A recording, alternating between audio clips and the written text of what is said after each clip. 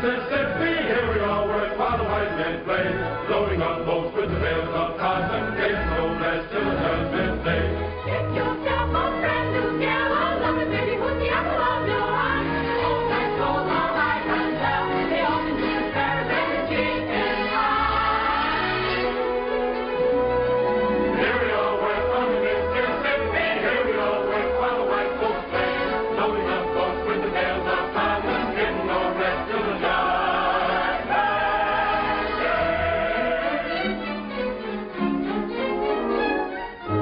What pretty babies are there, the fairest of the fair, to southern beauty, every foal must bow. Clatter, you roll, oh goodness gracious, they're so flirtatious, you naughty Little women don't be timorous, you will find that she's love, only makes a man more bold, keeping up the days of old. Need a stroke of pencil, captain and cotton, blossom will you go? Let me take you to the shadow line there. You like to come to joyfully accept I have to make a lot. Information from the Hello, dear, from Captain Andy.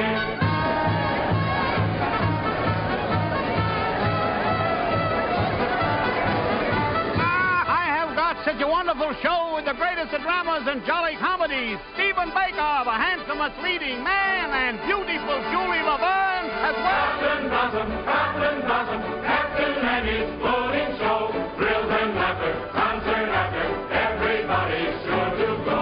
Captain Blossom, Captain Andy's floating show. Thrills and laughter,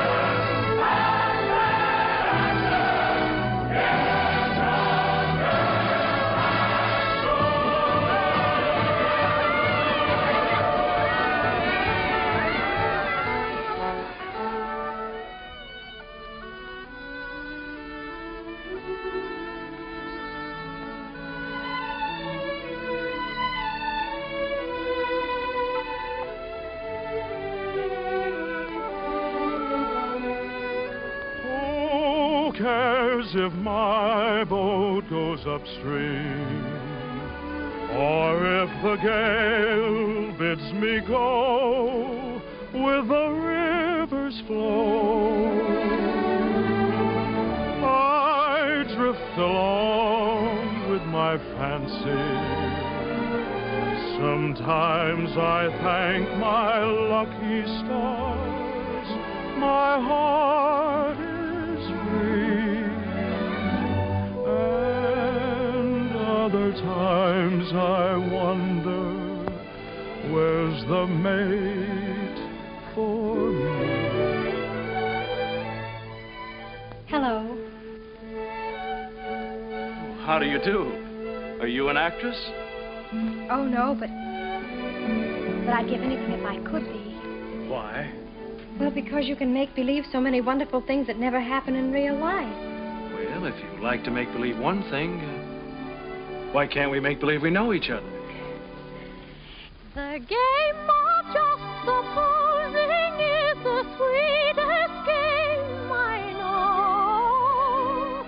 Our dreams are more romantic than the world we see. And if the things we dream about don't happen to be so, that's just an unimportant technicality. So the cold and brutal fact is, you and I have never met. We need not mind conventions, P's and Q's. If we put out a in practice, we can banish all regret. Imagining most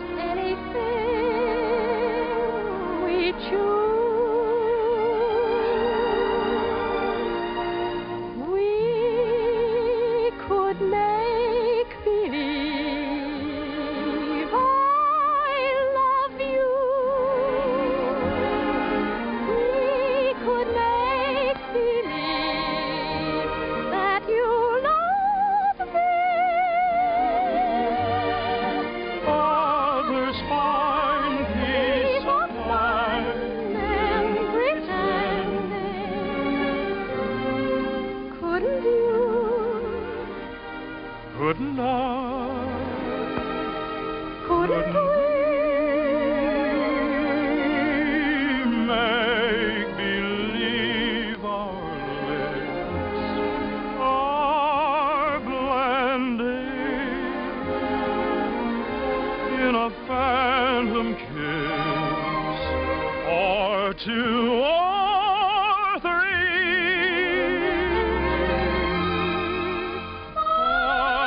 Might as well make believe I love you.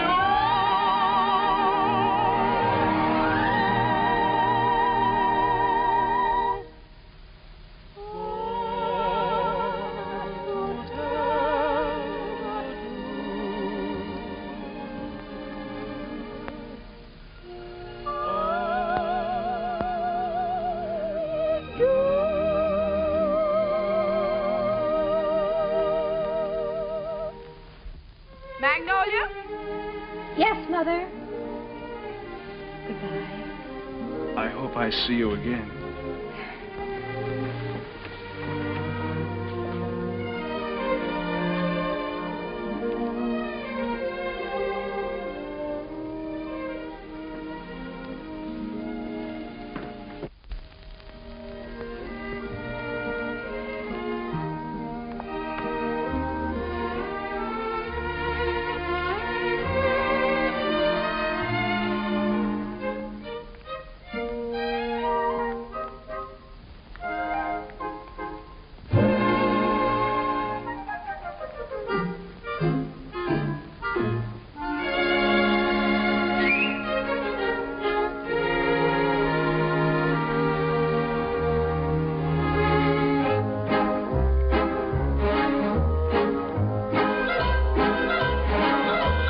Life upon the wicked stage ain't ever what a girl supposes.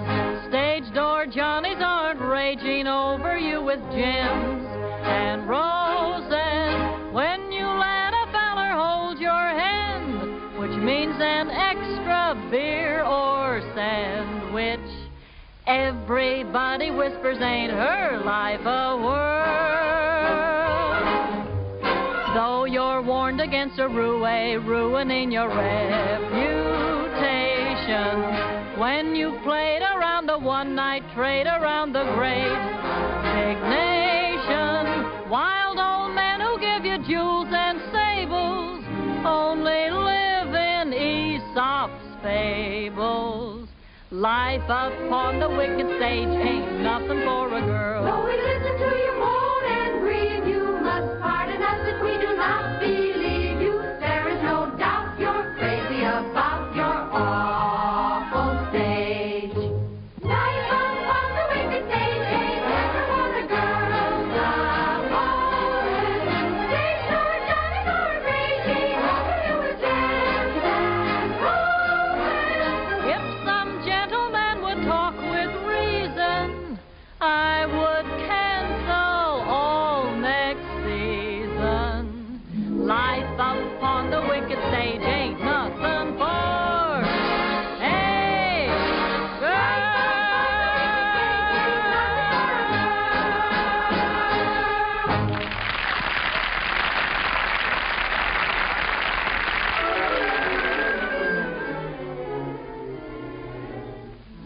Oh, listen, sister, I love my Mr. Man, and I can't tell you why.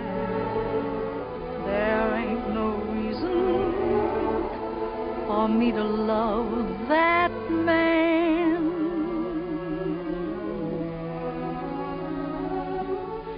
It must be something that the angels done planned.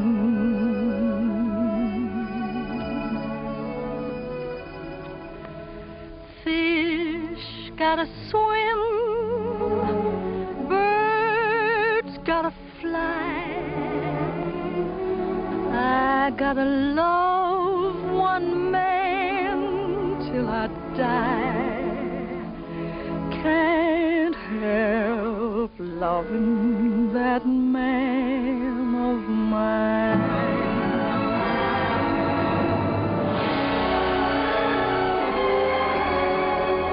Tell me he's lazy, tell me he's slow, tell me I'm crazy, maybe I know. Can't help loving that man of mine.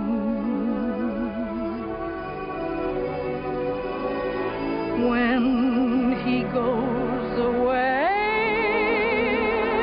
that's a rainy day.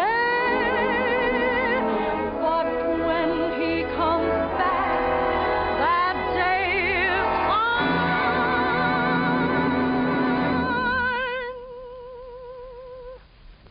The sun will shine.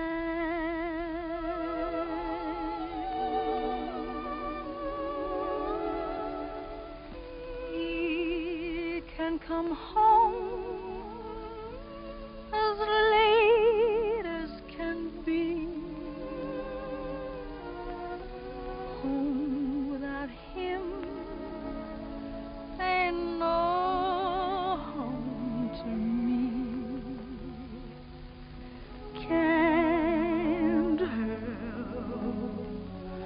loving that man of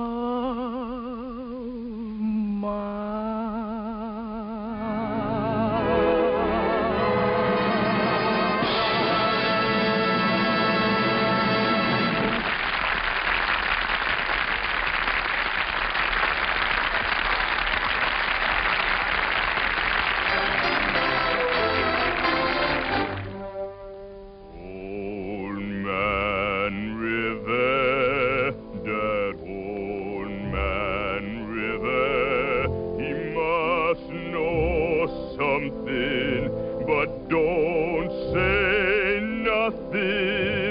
He just keeps rolling, he keeps on rolling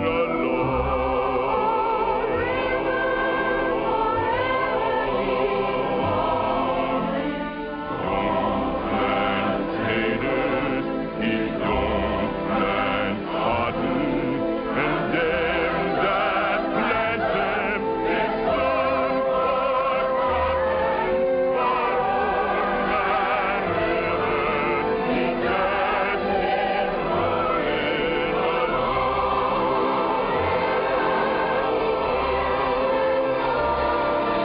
You and me, we sweat and strain, body all naked and a rack with pain. Open that heart, lift that veil, hit a little rock, and we land in death. Get weary and sick of crying. I'm tired of living and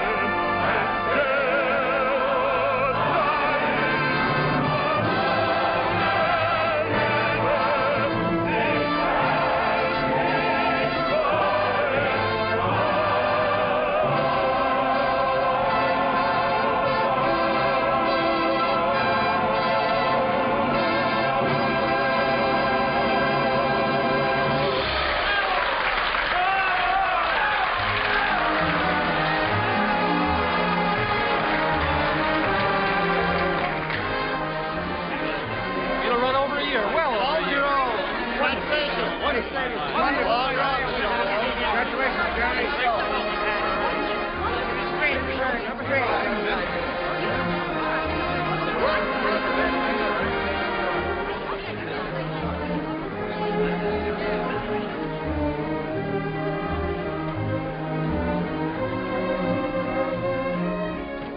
That was a swell show, Mr. Kern. Well, thank you, Joe. Where to? The Waldorf, Mr. Kern? What was that, Joe? That big shindig you're throwing for you. It's down at the Waldorf, ain't it, Mr. Kine? Yes. But first I'd like to stop off at the house of an old friend. Yes, sir. Just for a moment, Joe. Turn right at the next crossing. It's not very far. I'm looking for an old brownstone house. It was the home of a very great and good friend. Tonight during the show, I couldn't seem to get him off my mind. Yes, sir. And I'd like to be alone for a few minutes, Joe, before we go down to the Waldorf and face that crowd. Oh, I get you. It's like a minute of silence, something like that, huh? Yes, Joe, something like that. Here, stop here, Joe. Here at the corner? In front of that radio shop. Oh, there it is. See? You mean that lodging house sandwiched in there? Mm-hmm. Well, of course, it didn't have that room to let sign in the window then. And other than that, it hasn't changed very much. Well, the street has changed. Changed quite a bit since I first walked down it years ago. Joe, you notice this radio shop? Well, that was a bicycle shop the first time I ever saw it. I remember the day very well. It was spring, and I might have been any American kid coming down that street. I had a song under my arm, my hopes were high, and the world was wonderful. I was ambitious, and I was eager, but I needed a little help. I'd been told that the best man to give it to me was a man by the name of Hessler, James Hessler.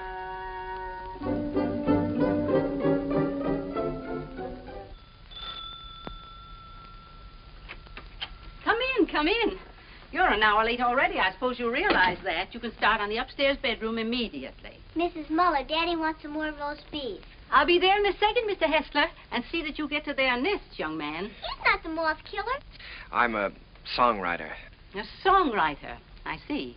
You entered under false pretenses. Well, it won't do you any good, young man. Mr. Hessler isn't seeing songwriters anymore. He's going in for better things. Maybe he should have some roast beef. He's very hungry. Shh. Don't mention roast beef in front of a songwriter. Look, I can eat a snack here. No, so it is, so it is. You feel like you're going to fall down and faint, don't you? Dear. Well, you can come in for a while. I can't have people fainting in the house, not even songwriters. Thank you. Come in, come in.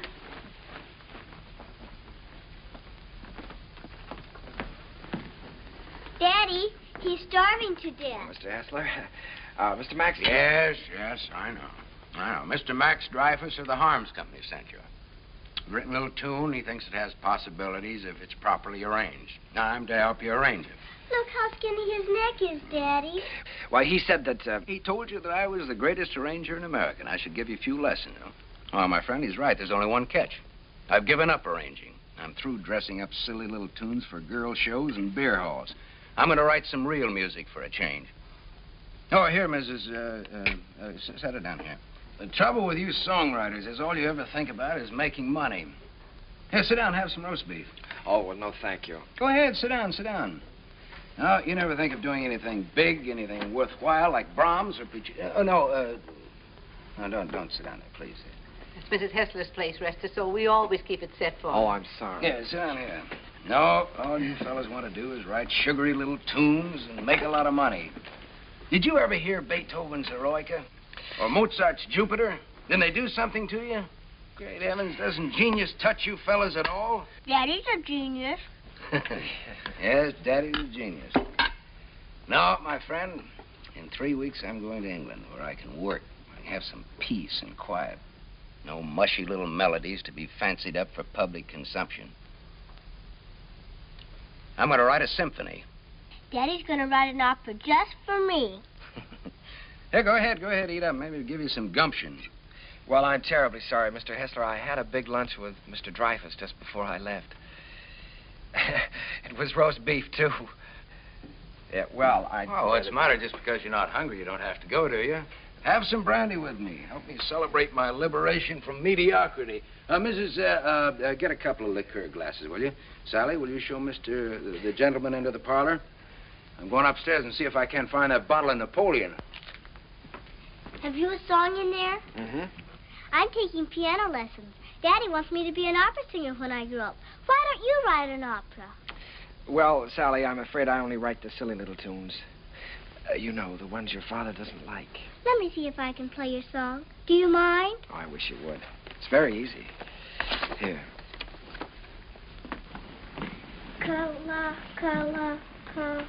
What's the name of the song? Kahlua. That's a funny name. Sounds like candy, like gumdrops. Well, it's the name of a very romantic beach in Hawaii, Sally. No, that's B. B natural.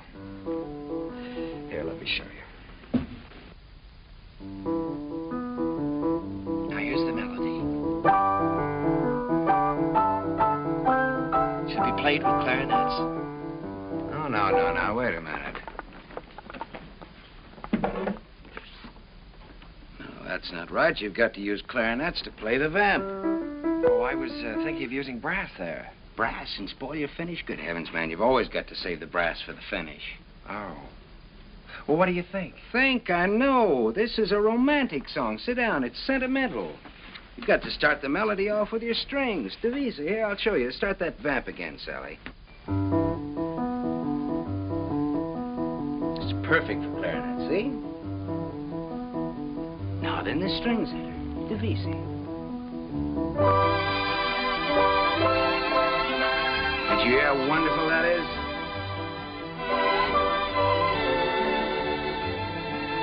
Now then add trombones, muted trombones.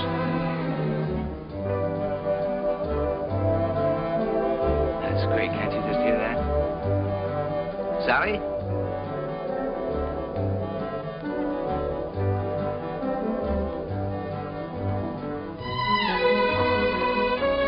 No, wait a minute. We ought to add flutes there. Light and easy.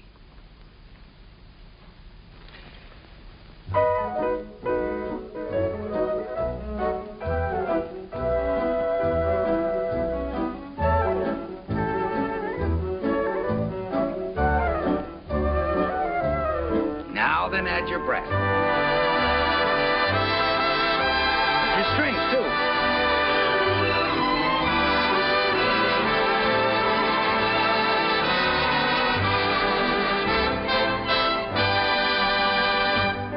You see? Isn't that easy? It's a good song, too. It's very good. Is that yours? Yes. Mm-hmm. That's all right. What's your name again? Kern. Jerome Kern. Well, I'm glad to meet you, Kern. Make yourself at home. And I did. My life became a pattern of notes and clefs, tempos and modulations. We worked hour after hour, day after day. It was the beginning of a friendship. It was the beginning of a lot of things. And now, not only did I have a best friend, I had a best girl, Sally. And what a girl. Oh, those were never to be forgotten days, and I hated to think of them ending. But at last the time came when Jim had to leave for England. Oh, here, Jim, let me help you. Oh, it's those symphonies of yours. They're as heavy and bulky as lead. Nice, they're not tinny like some tunes I've heard. Oh, Sally, honey, come here. All right, here we go. Fortissimo. Dum-da-da-dum-da-dum. Fun. Got it. Oh, you carry a lot of weight, Sally. It was easy. Come along, Sally. At least we're not going to miss the boat. Goodbye, Mr. Kern. Goodbye, Mrs. Goodbye, Sally. Bon voyage. What does that mean? Happy journey. Bye, Uncle Jerry. Be a good boy. This will be the end of it, boys. Don't forget to pack my song, Daddy. No, I'm good. She means Kahlua. Oh, that is her song, Jim. You know, if it hadn't been for Sally, I wouldn't be here now. Well, she's very fond of you, Jerry. I'm going to miss her. I'm going to miss all of you. Well, we may not be gone so long. It all depends on... You won't mind living here alone, will you? Oh, no, I'll get used to it. Jim, in case I don't get a chance at the boat, I just wanted to tell you that... Oh, forget it. I like arranging now that I'm through with it. I'm glad to have been some help. No, it's more than that. It's been your kindness and your home here. Look, Jerry, I just want you to write some good music, some real music. That's all the thanks I want. Don't waste your time fussing with those wheezy little tunes. Think big. Try to be somebody. I will, Jim. I'll try to be as big as I can. Yeah, good. That's fine. Well, we better be on our way. Oh, good heavens, Sally's song. You know, I'm so tickled that she remembered that. Remembered? It's your song, Jerry. She couldn't do that.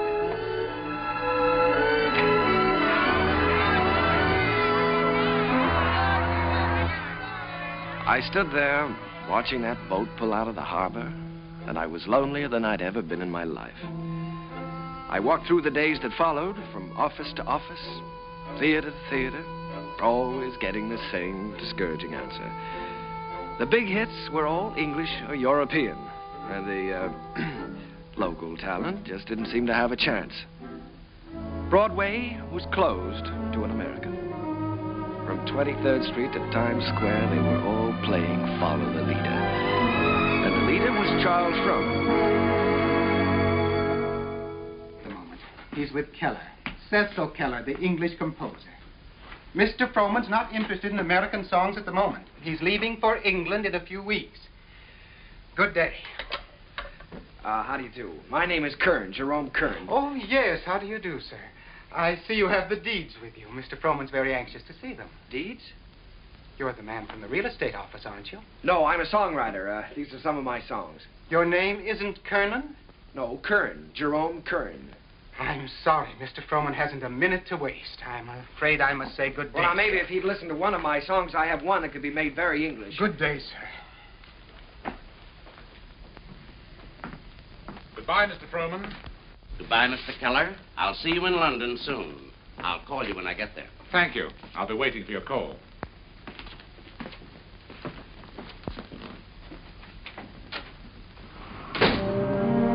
I made up my mind that I was going to try to write music with an English accent. So I sailed for London. I wish I could say with flags flying and my courage high. But the sea and I and the boat didn't get along too well together. I was mighty glad to see land again.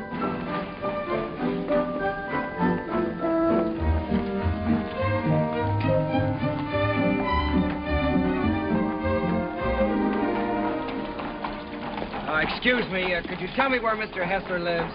Hessler? We have a Westley and we have a Smith. No, Hessler. Mr. Jim Hessler. Uncle Jerry! Sally! Oh, honey, it's so good to see you. We didn't know you were coming. Well, I didn't know I was myself. Daddy will be so glad to see you. Come on, we live right over there. All right. Sally, you're getting prettier every day. I have a new music teacher. Yeah. Well, the tables are turned.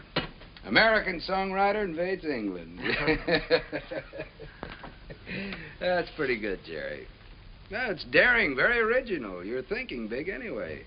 It's a chance I'm taking, Jim. Say, you've gotten a little skinnier, haven't you? Hmm? I haven't been getting enough roast beef lately, I guess. Jerry, I look at you sitting there, and it's just hard for me to believe you haven't been here all the time. Thanks, Jim. It's sort of like being home again. How was the symphony coming along? All right? Oh, well, yes, I'm still in the note-making stages. Of course, I always believe in making plenty of notes. It's kind of like planting seed. One day they start to grow, and then, before you know it, lo and behold, your symphony's all written. Uh-huh. Simple and easy, hmm? Not as difficult as writing those silly little tunes. Well, no, it's the quiet here that does it, Jerry. Peace in this place is just so thick that you can float on it. It's a rustic pastoral. Wait a minute, now, answer that telephone. Oh, the doorbell. Will you get the door, please? You've got to do something about that. Yeah. No, there's a picturesque pastoral. Hello. that young lady, but you know the thing. Who? Sometimes they're on duck well. My little I can't girl, she's waiting for a piano lesson, sir. Oh, Mr. Edwards. Yeah, put him on. Come, Sally, it's time for Hello, George. When, my little Sally? Fine.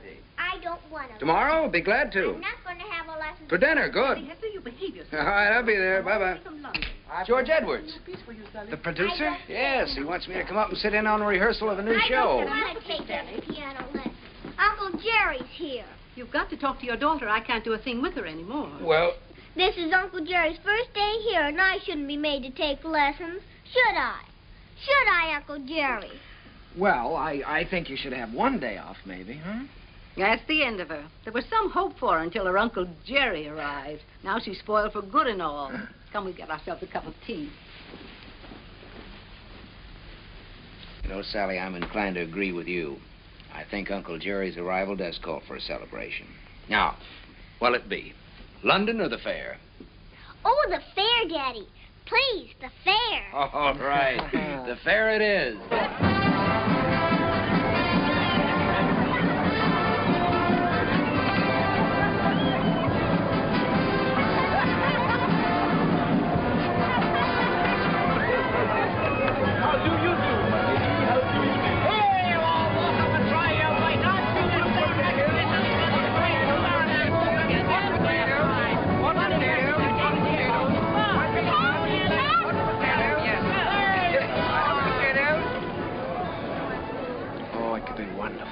Could be wonderful.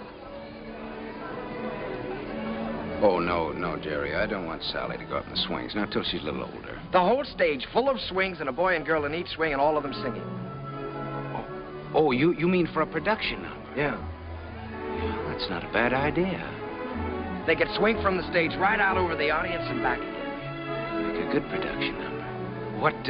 What song would you use with it? Spoon with Me? Be perfect. Spoon with Me? That sounds fine. Suppose I take that up to George Edwards. For the gaiety? Sure. I'm going to have dinner with him tomorrow night. Oh, Jim.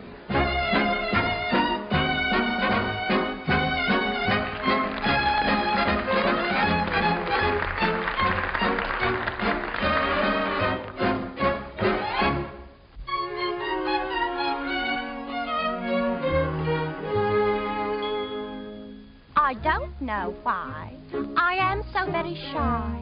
I always was demure. I never knew what silly lovers do. No flirting I'd endure. In all my life I never kissed a man. I never winked my eye. But now at last I'm going to break the ice. So how'd you like to try? How'd you like to spoon with me? I liked. How'd you like to spoon with me? Well, rather. Sit beneath an oak tree, large and shady. Call me little Tootsie, Woodsy, baby. How'd you like to hug and squeeze? Indeed, I would.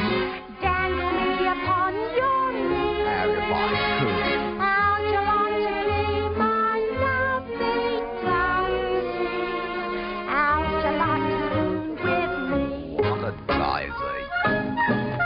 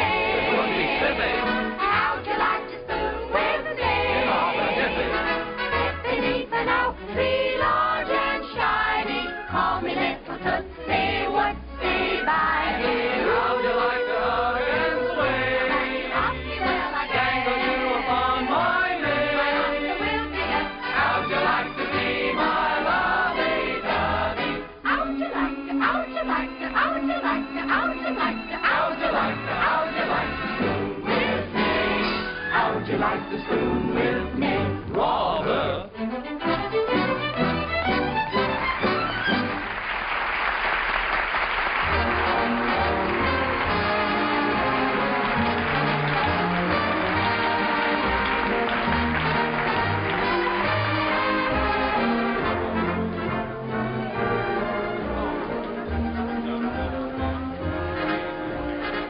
Pardon me for intruding. You've been pointed out to me as the composer of that delightful number with the swings in it. My name is Froman, Charles Froman. Mr. Kern, I want to congratulate you. Froman? I'm sorry, sir. It isn't my number. My name isn't Kern. There's Mr. Kern, sir, down the bar bit. That gentleman there? Why, he can't be the composer. It's him, sir, sipping sherry. And a very nice gentleman he is, too, sir, for a musician. Mr. Froman, I have something here which I know you'd like. It's a beautiful number with parasols, with all sorts of parasols.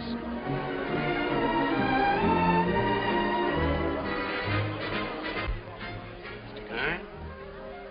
Oh, Mr. Froman, how do you do? I'm very glad to know you. Mr. Kern, I want to tell you I think your swing number is delightful. It has such beautiful English charm to it, really delightful. Oh, by Jove, Mr. Froman, that's rather nice of you. It's a pleasure to know you, Mr. Kern. You know, you fellas over here have a style all your own. As English as the scent of the May blossoms. Would you join me in a glass of sherry? Righto. Miss.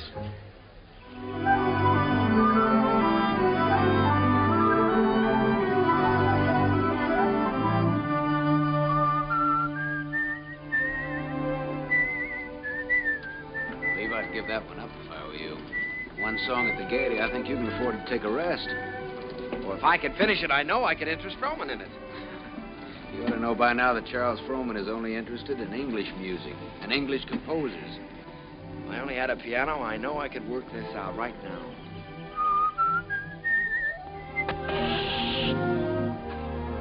Flat. Well, it looks like you do have a little work to do. That town we passed wasn't very far back, was it? No, not very. Well, let me take your bike, and I'll go back and see if I can borrow a repair kit. No, I think I'd better go. I can talk with the natives better than you can. Well, let me do it. I can use my accent on them. That's just what I was afraid of. No, you wait here and whistle yourself a little tune till I come back.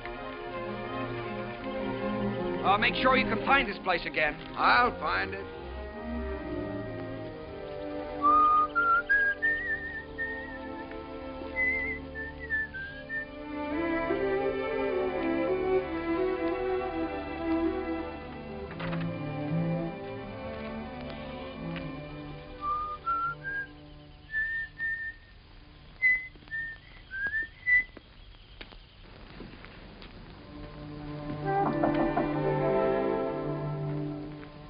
I say, is anyone there?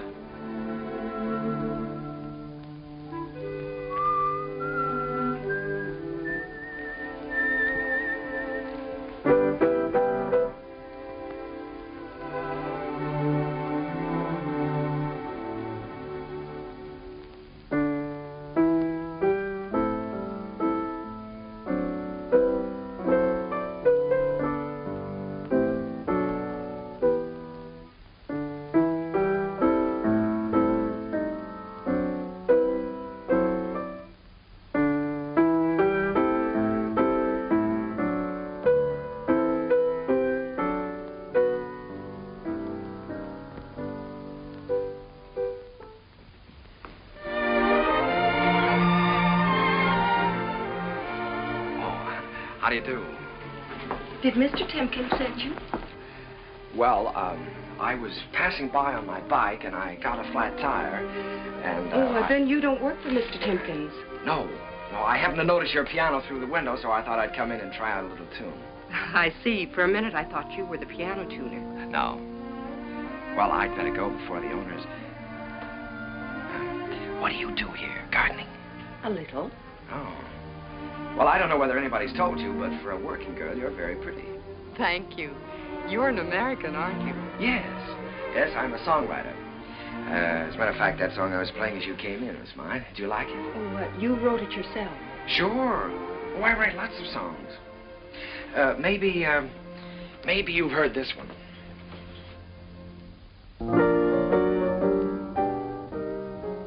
Why, that's from the Gaieties. Everybody's singing it. Uh-huh. Now, this is the one I was working on.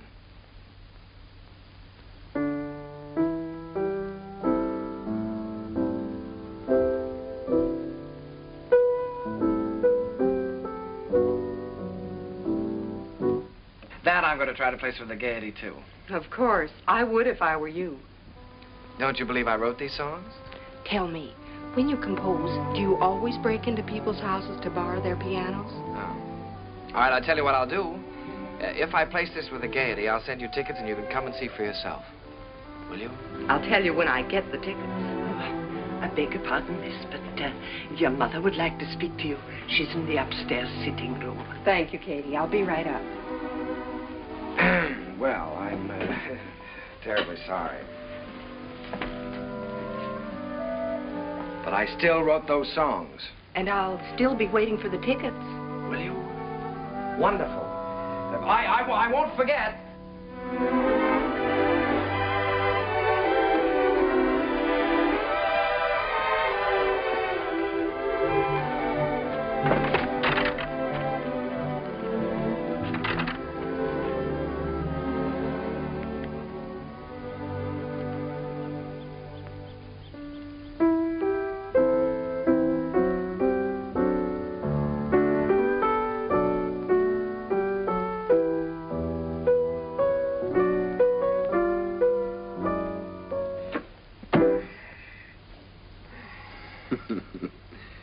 And you were the lad who wasn't going to fall in love with anybody for a long, long time. Well, this girl is different. Sure, I know. Well, now, don't joke about it. It's serious. Don't you believe me? Yes, of course I believe you. She really is different.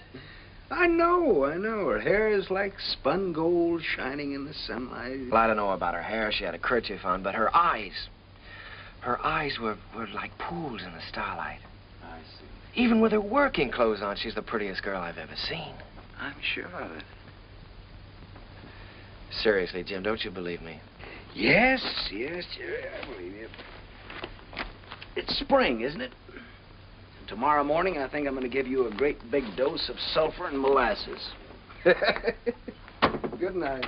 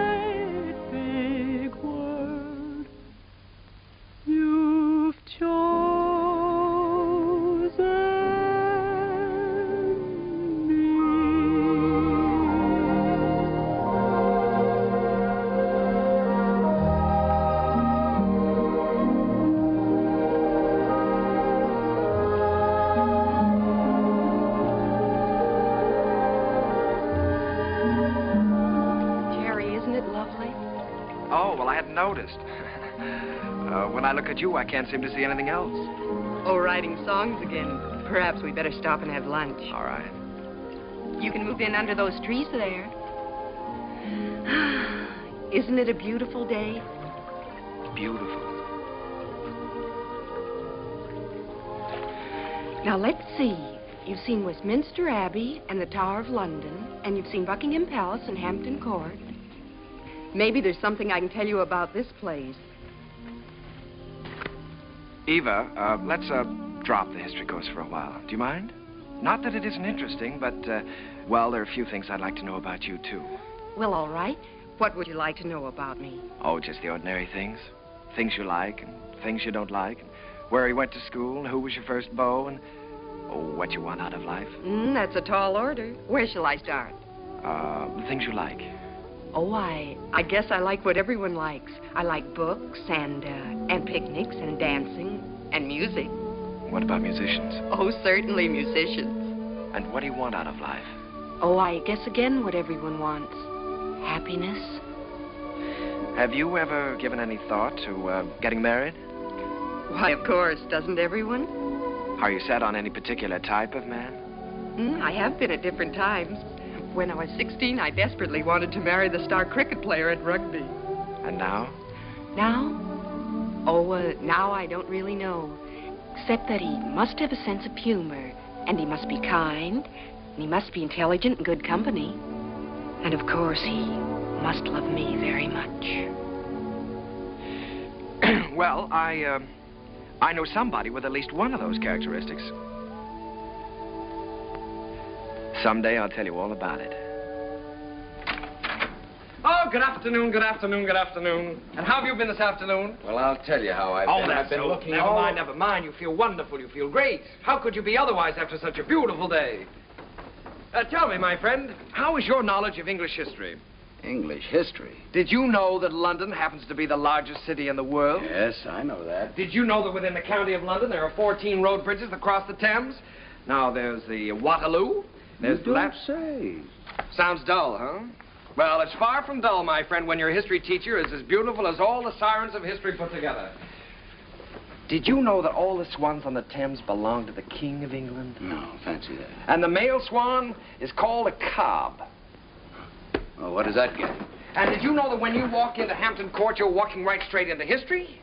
Oh, my dear friend, you have so many things to learn about England. Have you ever heard of a man named Charles Frohman? Frohman?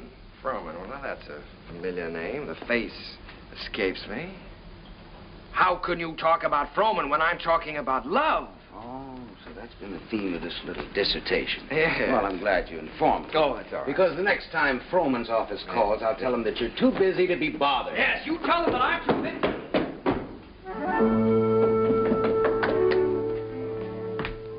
Did you say the next time Frohman's office calls?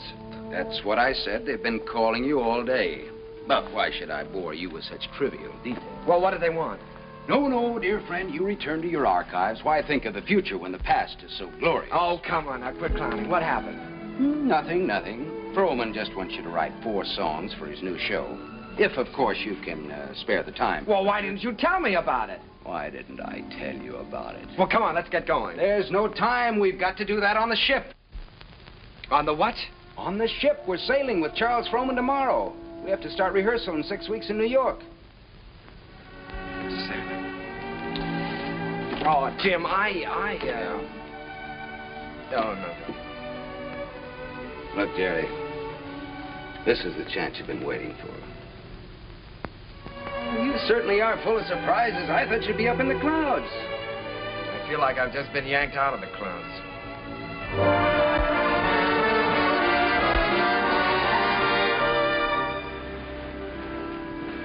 Jerry, aren't you coming down for lunch?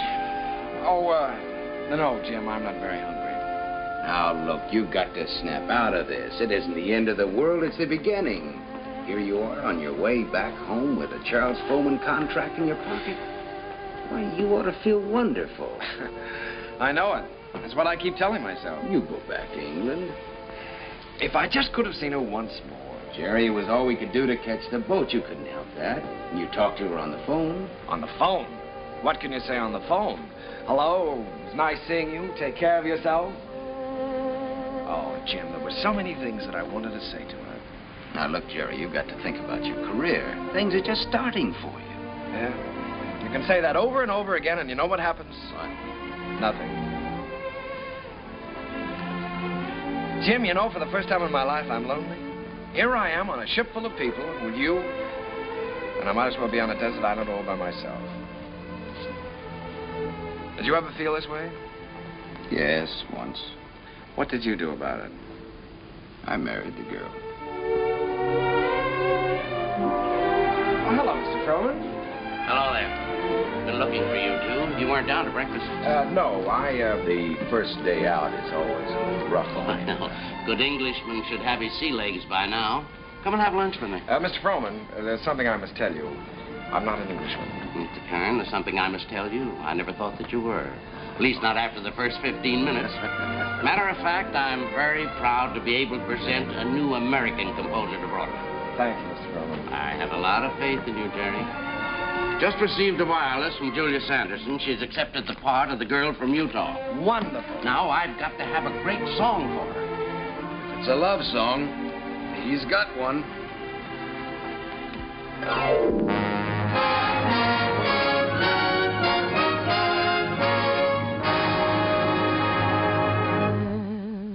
When I told them how wonderful you are, they didn't believe me. They didn't believe me. Your lips, your eyes, your teeth, your hair are in a class beyond compare. You're the handsomest boy that one could see. And when I tell them, and I'm certainly gonna tell them, that you're the boy whose wife one day I'll be, never believe me. They'll never believe me. That from this great big world you've chosen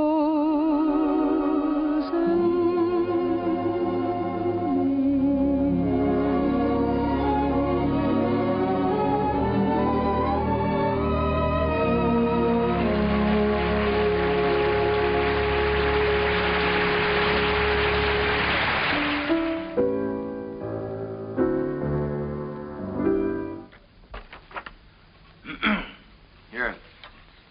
I've got the Clouds number worked out pretty well now, huh? I never realized that writing a complete score was such a job before. Well, one good all-night session like this does wonders. We could use another week. We weren't 3 weeks late already. Oh, I hope he likes it, Tim. Rowan, he'd be crazy about it. If he hasn't gone out and bought himself another show while he's been waiting. Good morning. Sally, what are you doing up? I'm going to have my breakfast. Right.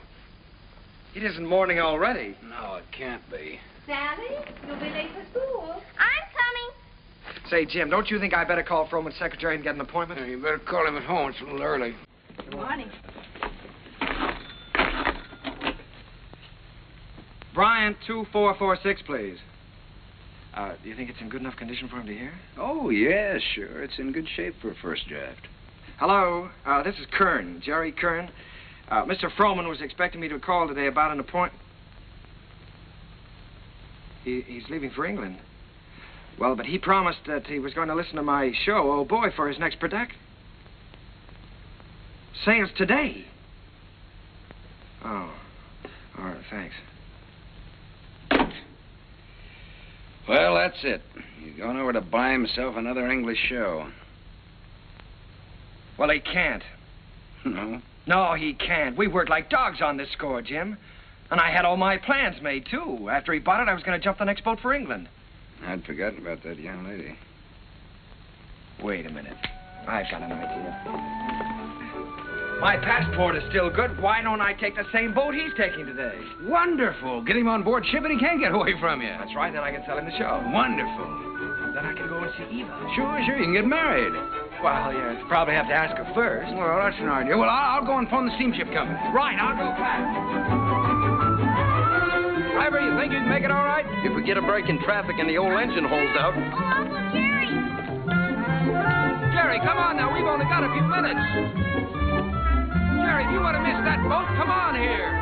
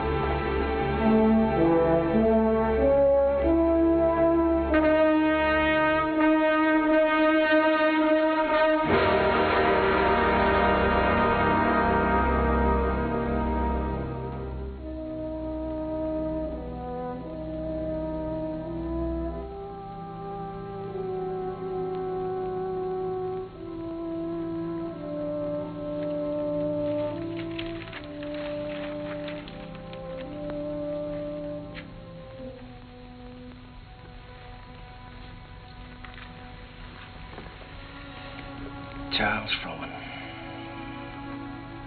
It's like watching an era crumble in front of him. The theater's gonna miss him. Yeah? You were very lucky to miss that boat, Jerry. Seen Max around? Oh, hello, Jim. Victor? No, I think he went over to Comstock and Elliott's. What a terrible tragedy. Yes, it's unbelievable. Jerry and I were just talking. Jerry, you know Victor Herbert, don't you? This is Jerry Kern, Victor. How do you do, Jerry? It's a great honor to meet you, Mr. Herbert. Charlie Frohman spoke of you quite often. He had great hopes for you. Well, he was very kind. He liked you. But more important, he respected you. And it's easy to see why. You've got a song to sing. Thank you, Mr. Herbert. Look down at that city, Jerry. It's made up of millions of people. And music has played a part in all their lives. Lullabies, love songs, hymns, anthems. Must be pretty wonderful, Mr. Herbert, to realize that people you don't even know and never will know are singing your songs, and all of them asking for more of the Victor Herbert music. It makes me feel grateful, Jerry, and very humble. One of these days you'll find out yourself how it feels. What is it my publishers call me? The Dean of American Music. Well, I think you're going to be the next dean. One thing I must admit, you've got a better figure for it. Keep writing, boy. Don't let anything stop you. Good night. Good night, Mr. Herbert. Night, Victor. Good night, Jim. Good evening, Mr. Herbert. It's a deal, gentlemen. Congratulations. Comstock and Elliott are going to produce Oh Boy. Max just sent me over with the check. What's the matter? Aren't you fellas happy? Yeah, thanks. Turn out those lights again, will you?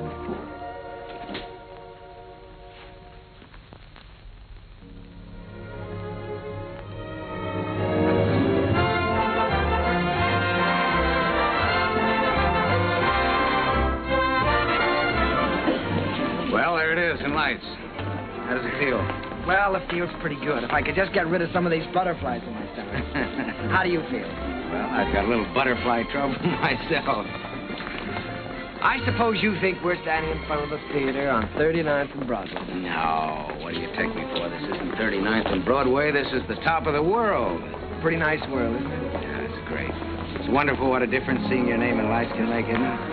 Come on, we better go in or we'll miss the show.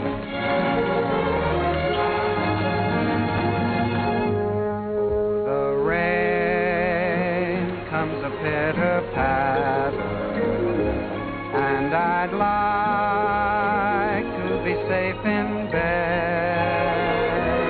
Skies are weeping while the world is sleeping, trouble heaping on our heads.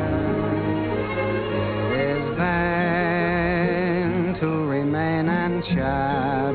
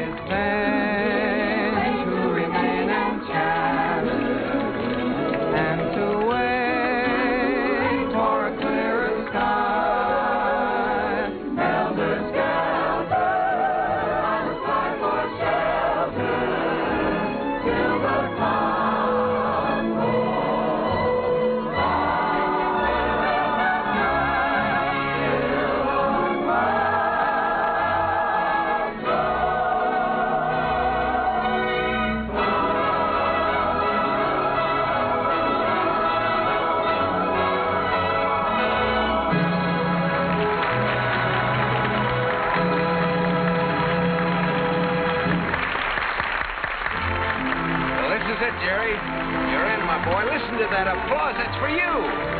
Don't wake me up. Don't anybody wake me up.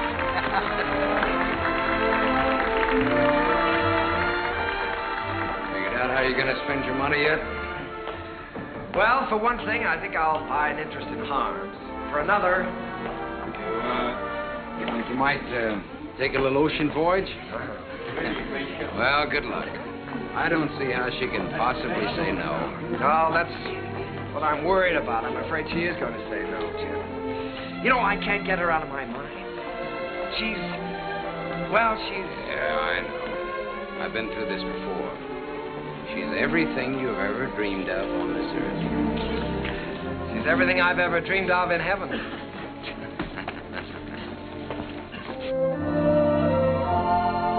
Oh, Jerry, let's stop here, shall we? All right.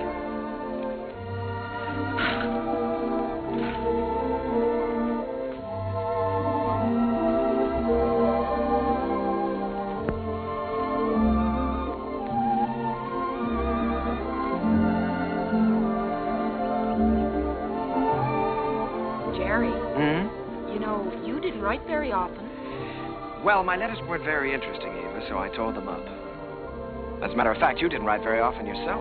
A lady doesn't correspond with a gentleman, unless it's a reason other than a personal one. Oh, well, now, doesn't that sound a little silly to you? No, it sounds altogether fitting and proper. Oh. You want to fight? A lady doesn't fight. Well, what does a lady do? Oh, you're impossible. Well, you're right. If I were you, I'd have nothing to do with me. In fact, if I were you, when I ask you to marry me, I'd say no. Just on the grounds that a lady never says yes. Now, see here. Are you going to ask me to marry you? Might, with a little encouragement. A lady doesn't... In my country, if a lady wants to be asked, she has to be encouraging. In my country... In your country? What in your country? Well, there are proper ways to go about such things in every country. Oh. Well, then let me put it this way. From the very first moment I saw you, when you walked in from the garden, I knew that out of all the women in the world, I'd finally found the right one. The only one. I wanted to tell you then. I wanted to say, hello, funny face. I don't know your name or anything about you, but I've loved you all my life. You were my first school teacher, my first date, the first girl I ever kissed, and everything in the world to me. You see, I recognized you immediately. You thought all that? That's right. I stood there thinking that, wondering what you'd do if I kissed you. What would you have done? What would you do now?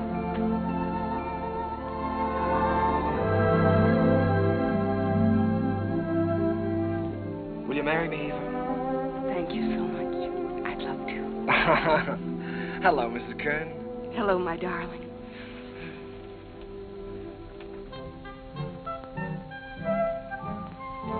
They're here, Daddy. They're coming up the steps. Welcome home. Jim! What, you old fox, you really did it this time. Nothing, my boy, nothing, just a little gesture. Jim, this is Eva. Hello, Eva. Hello.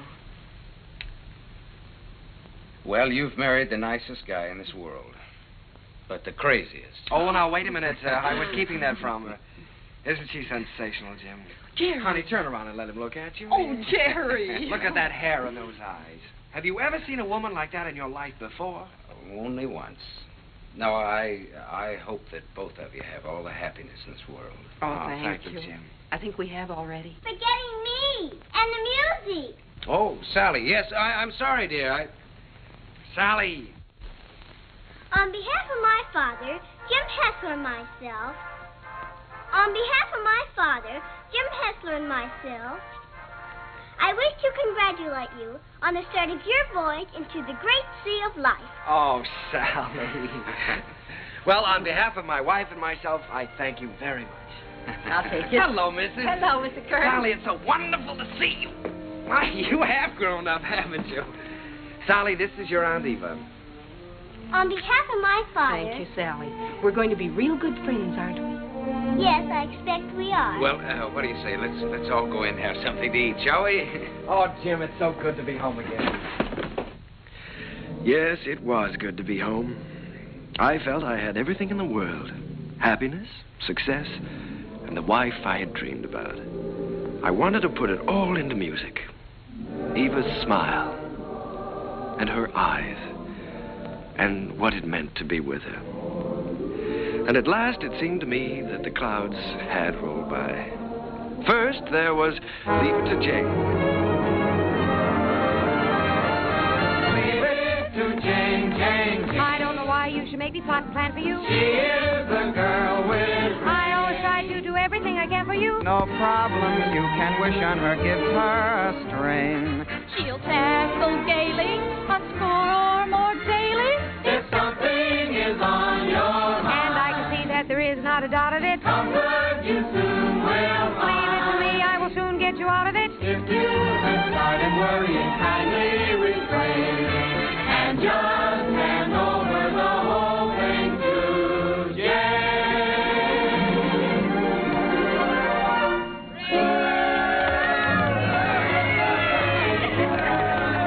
Well, Jane, why don't you tell us how you do it? Yeah, come on, Jane, tell us. Oh, but it's really very simple. I just study up on the famous women of history. You mean like Lucretia Borgia? Well, no, not exactly. Listen.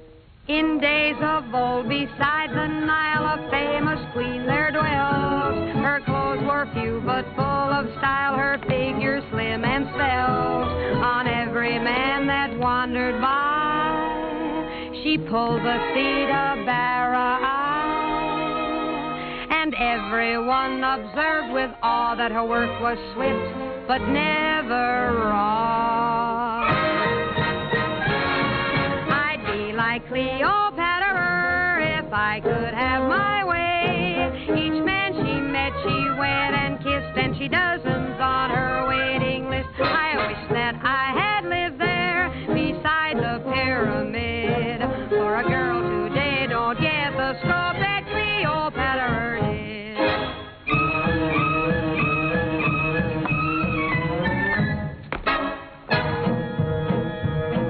She danced new dances now and then, the sort that make you blush.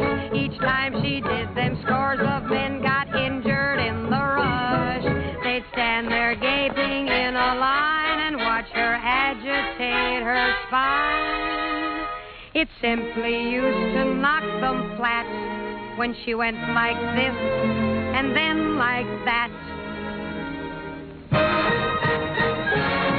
At dancing, Cleopatra was always on the spot.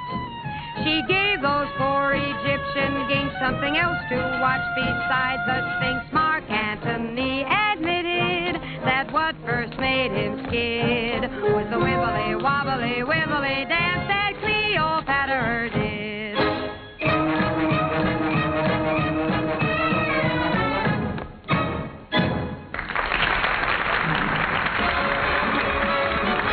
Leave it to Jane, Jane, Jane. She is the girl with brains. No problem, you can wish her, give her a string. You'll tackle gaily, a score or more daily. If something is on your mind, comfort you soon will find. If you have started worrying, kindly refrain. Don't you bother, don't go you bother. Leave it to Jane, Jane, Jane, Jane, Jane. Turn the whole thing over to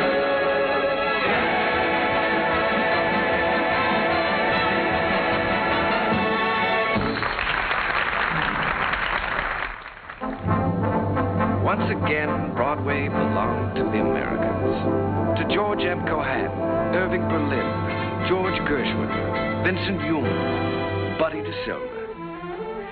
I was working in mighty great company. And in one of my own shows, Sally, I was fortunate enough to have the reigning queen of the era, the wistful, lovely, unforgettable Marilyn Miller.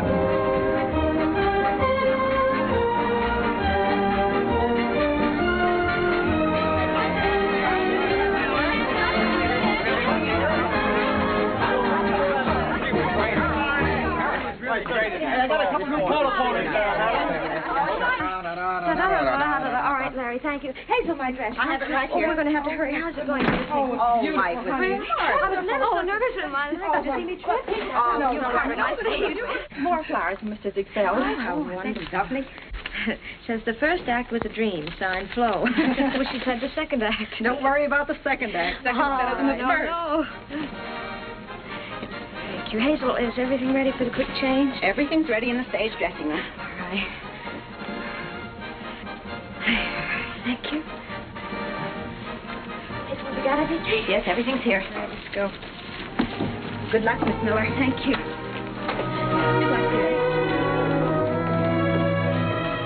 Fine, Miss Miller. That's a lot better. Keep it up, Marilyn. Keep your fingers crossed, Johnny. You bet. Oh, here you are, Miss Miller. Everything is ready. All right, Sam. Here you are, Miss Miller. I got it nice and warm for you. Put it right here. You got everything else?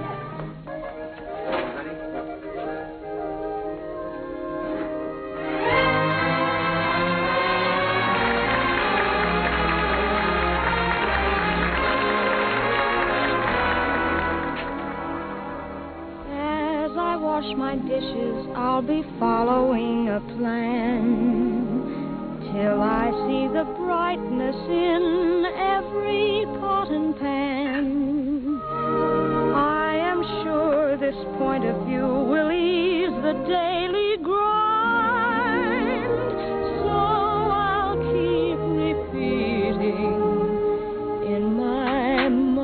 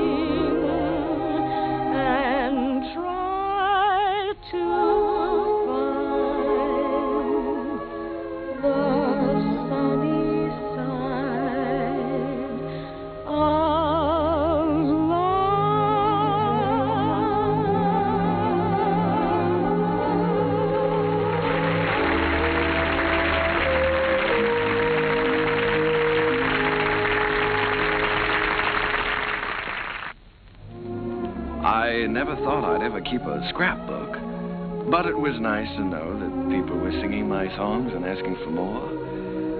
Night Boat, Good Morning Dearie, The Ziegfeld Follies. Curtains went up, curtains came down, and I think I got to look a little more like a musician. Eva grew lovelier with every passing year.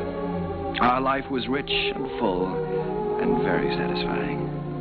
And Jim and I, well, we grew a little grayer, a little more settled, perhaps.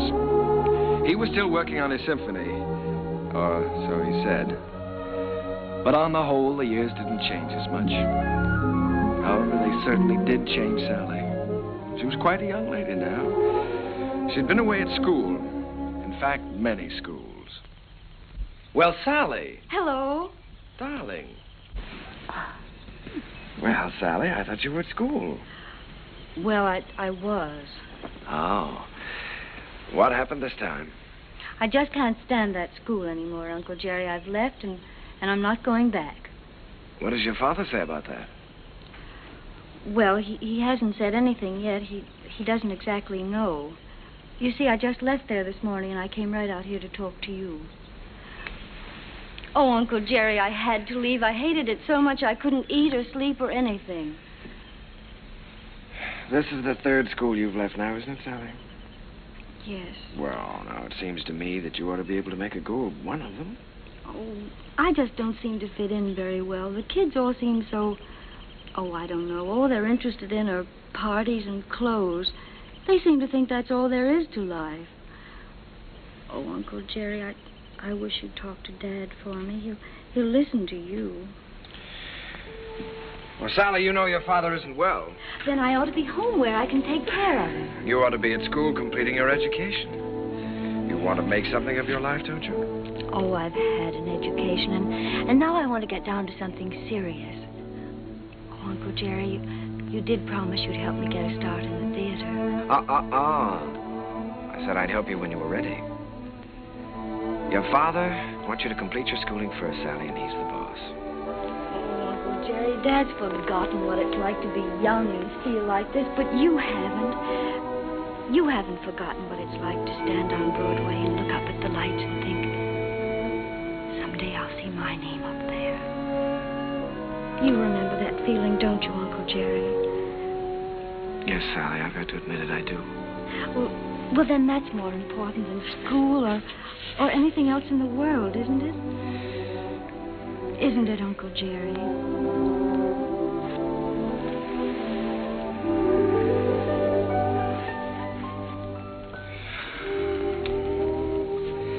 It's the third time, Jerry. Yes, I know.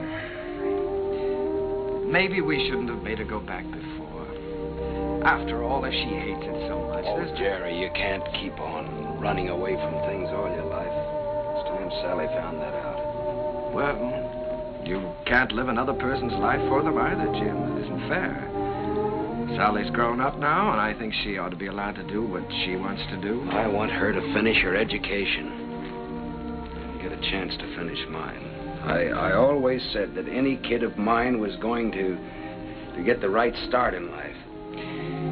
Well, what's right for one person isn't always right for another, Jim. You know that. Jerry, the trouble with that girl is she's just plain stage-struck. She comes by that honestly enough, doesn't she? Remember how we used to pound the sidewalks and knock on doors? Nobody could stop us. Goodness only knows enough people tried to. Remember how thrilled we were when we finally realized we were in? So what right have you or I to interfere with Sally? Yeah. Well, what are we going to do, Jerry? I'd give her a part in Sunny. So cast. Part of Gwen hasn't been cast yet? Gwen, well, it's only one line. Gwen is going to have a song. The doctor's here, Mr. Hester. Oh, fine, Miss. Doctor, I'll be with you upstairs in just a minute. Good evening, Mr. Kern. Hello, Doctor. You know, when you get to be my age, you start collecting pills. Well, Jerry, I hope that works out all right.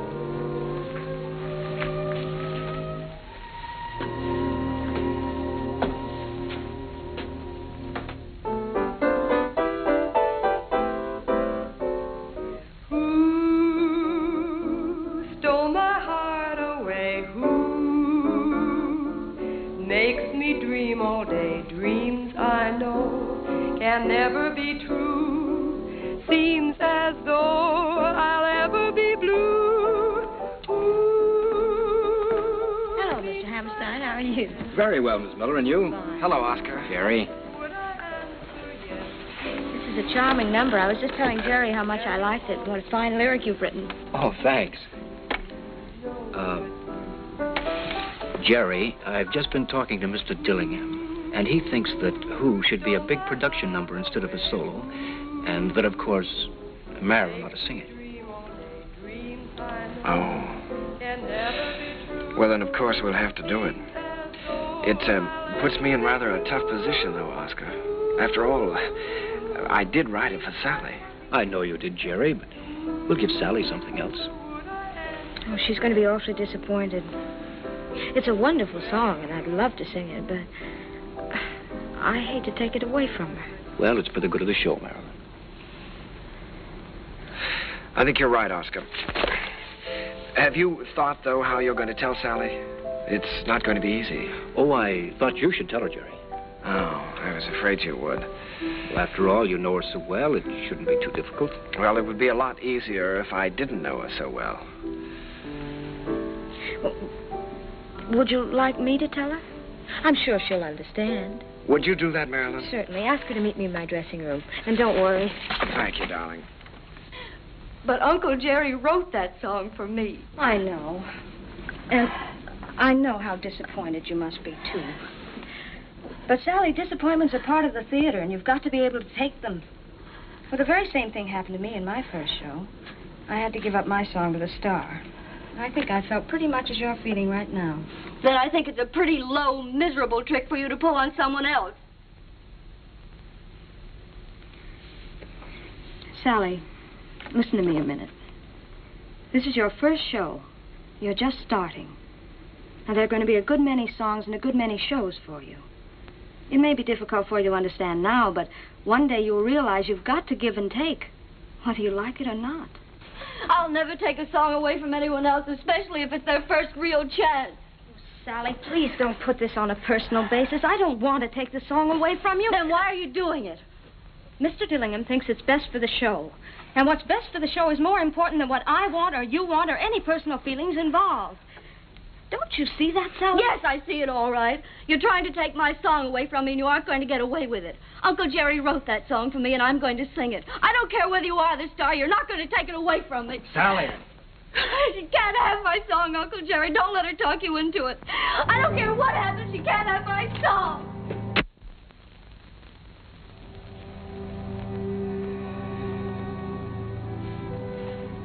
I'm sorry, Jerry.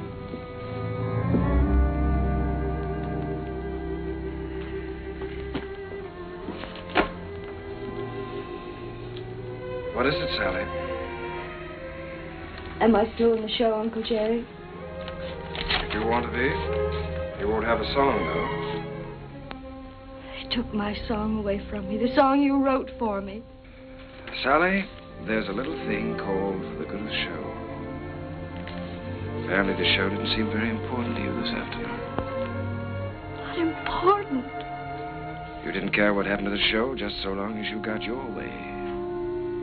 The theater doesn't work that way, Sally. Nothing works that way.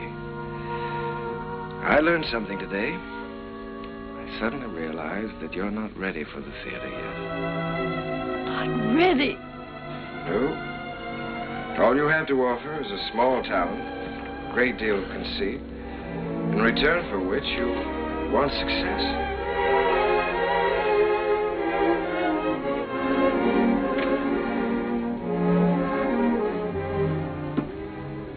Sally,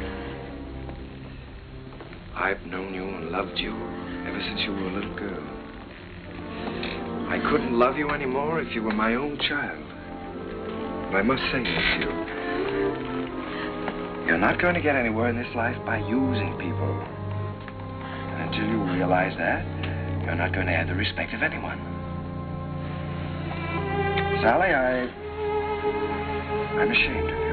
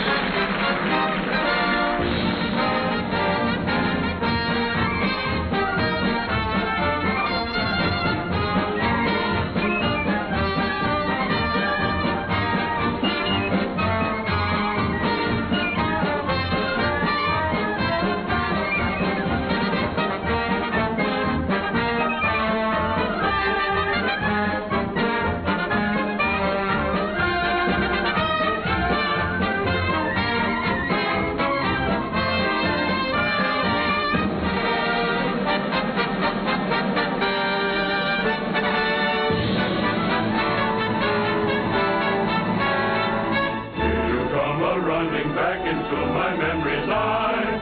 Little playmate was my game mate in the day gone by. Ragged dresses, tangled tresses flying o'er the hill. Heaven bless us, you no less the Sheriff Jackson still.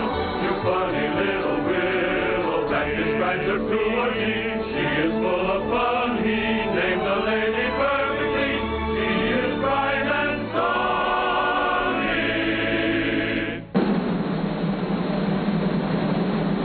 Never comb your hair, sonny. Leave the breezes there, sonny. Let your stockings fall down for stockings. The sound is all that you do. Smiling all the while, cowboy. Where'd you get your smile from, boy? Little sunny girl, be my honey girl, sunny.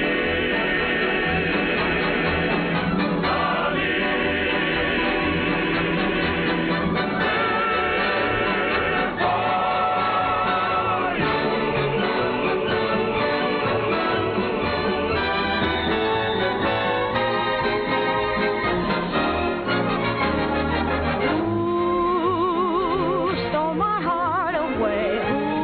Ooh, makes me dream all day. Dreams I know can never come true. Seems as though I'll ever be blue. Means my happiness too.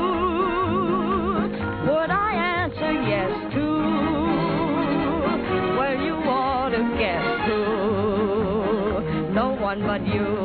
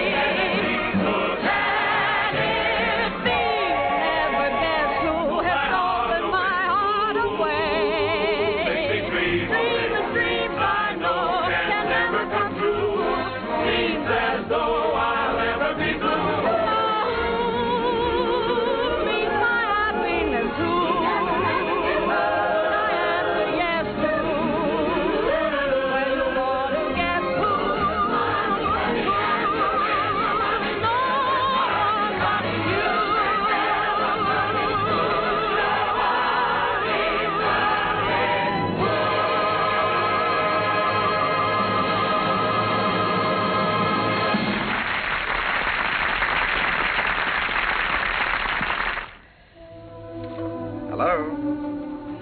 Yes, Miss Mullen. Did you send for the doctor? Is Sally there? Oh. Well, you be sure he stays in bed, Miss Mullen. I'll be right over.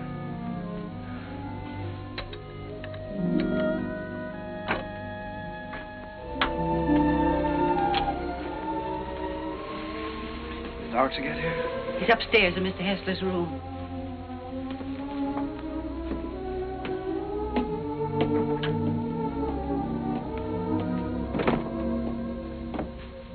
It's his heart.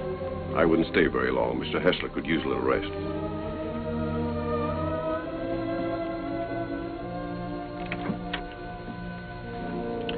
Well, good evening, Jim. Oh, Jerry.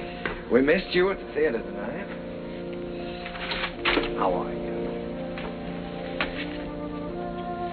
Sally's gone, Jerry. Yes, I know. Mrs. Muller told me. She didn't come down for dinner, and so went up to her room.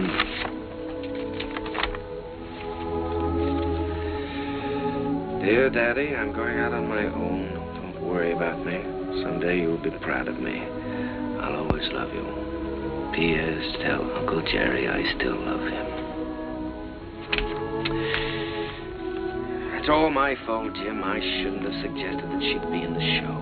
No, Jerry. Sally is Sally. It's time both of us faced that. Yes, I know, but I think I heard her. Well, she's got spunk, all right. Jerry, she's young. She's way too young to be out on her own. Well, now, look, Jim, don't you worry about this. I'll bring her back. I wish you'd do that. I promise you I'll try my utmost. Yeah, just as soon as you can. Good night, Jim. Why don't you get back into bed and get some rest? Yeah. I left no stone unturned trying to find Sally. Personal ads, private detectives. But the answer was always the same. No one had seen her. It was a futile hunt. I tried to keep Jim's hopes alive, but I think he knew. And then, one night... Please don't mention that I telephoned.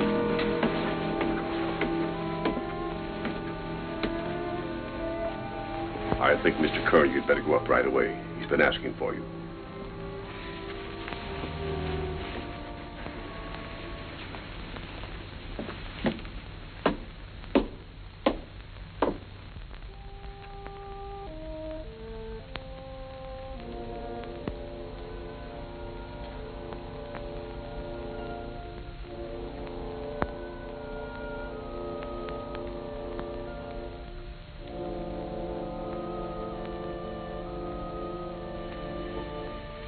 Jim.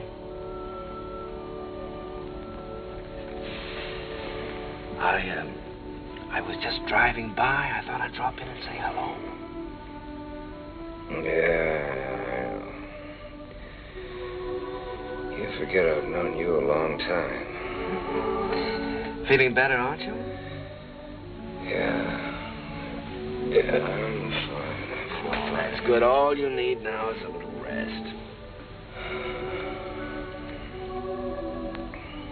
Kind of quiet around here now. Yes, it is, but things will be popping again just as soon as Sally comes back. Have you heard from her, Jerry? No, not directly. But I've got a couple of very good leads. I've got a hunch they won't be very long now. Then I'm going to see to one thing, Mr. Hessler. You're going to finish that symphony. I've kept you from that too long now. Oh, I forgot about that symphony. Forgot about it years ago. Well, what about your notes? I never made any notes. I was just posing as usual. You know, I used to go around hollering about being a genius. You are a genius, Jim. And you with your wheezy little tunes. You were writing the real music. The folk music of America. Thanks, Jerry, for letting me kind of stick around. No, wait a minute. Let's get something straight, Jim. I didn't let you hang around. If it hadn't been for you and your faith in me, I would have quit half a dozen times, you know that. And if we're going to start handing out bouquets, I just want you to know that I don't know where to begin to thank you.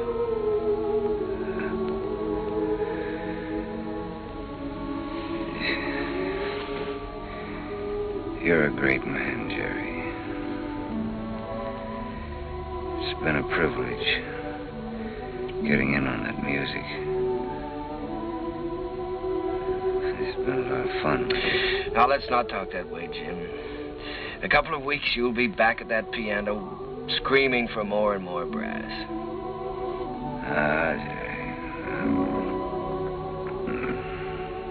This looks like the time for strings. Jerry, if I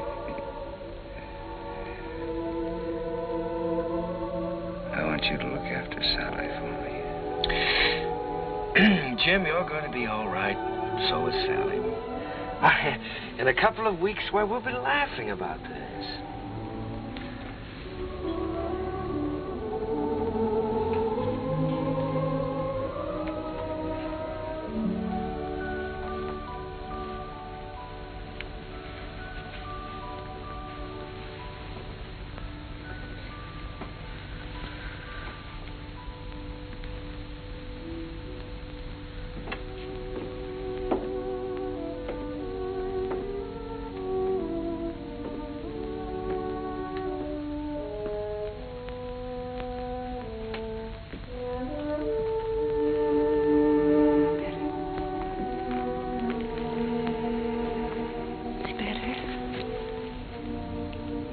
Perhaps if I made some coffee.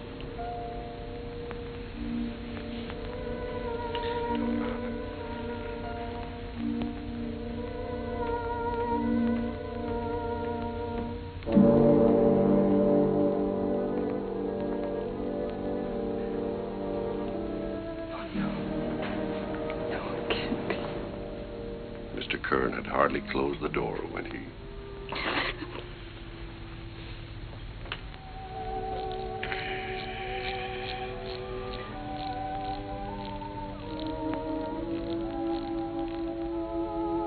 I was completely lost, completely helpless. Jim was gone, and I had failed him, was still failing him. I'd lost a world with Jim's passing, and everywhere I walked with ghosts, reliving lost hours, pacing a world of memories. I couldn't even think in terms of music. I began to feel that I might never write again.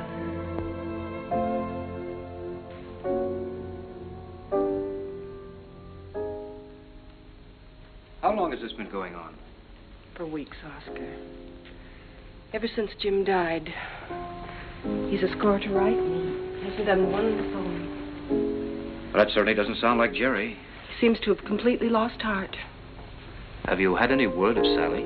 No, but he has every friend he ever had in show business looking.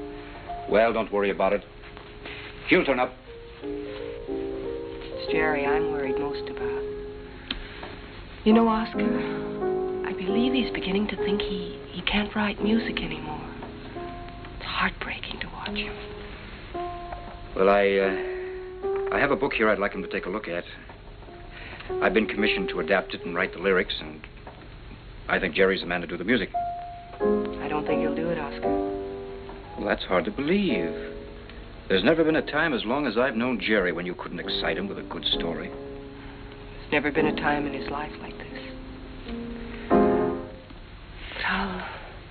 But you can try, and I'll tell him you're here.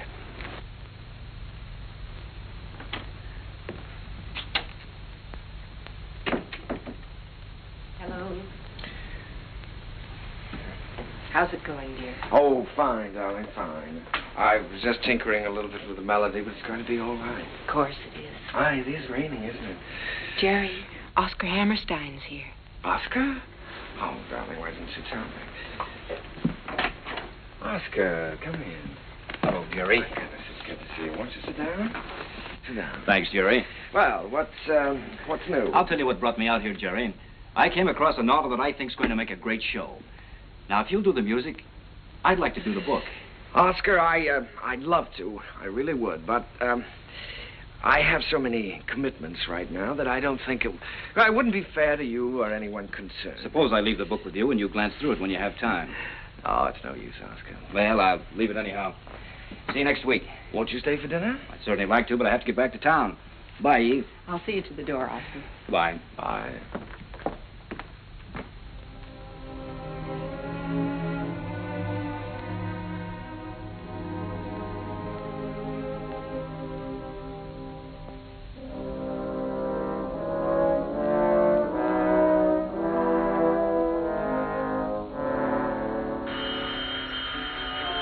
I'll get it. Hello? This is Mrs. Kern. Oh, just a moment, Mr. Kelly. Jerry, it's Arthur Kelly. He's got news of Sally. Hello, Arthur. Yeah. Oh, that's wonderful. In Memphis? What was the name of that club again? Club Elite, all this week. Yes, well, I'll get right on it. Thank you very much, Arthur. Sally is singing at the Club Elite in Memphis all this week. Oh, that's wonderful. Shall I pack a bag for you? Yes, darling, you do that and I'll call and make reservations.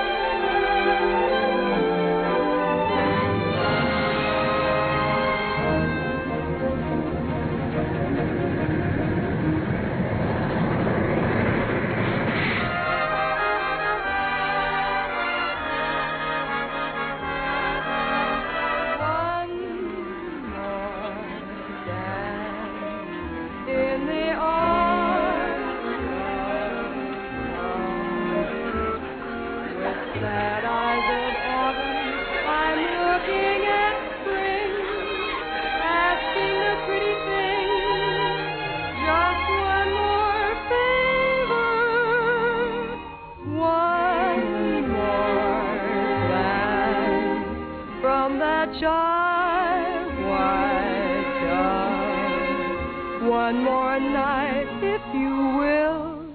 One more flight, one more thrill. One more dance, if you will, with me.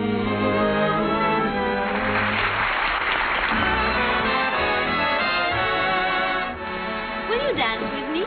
Oh, no, thank you. No. Go ahead and dance with us, No, Charlie. thank you. Go ahead. Charlie.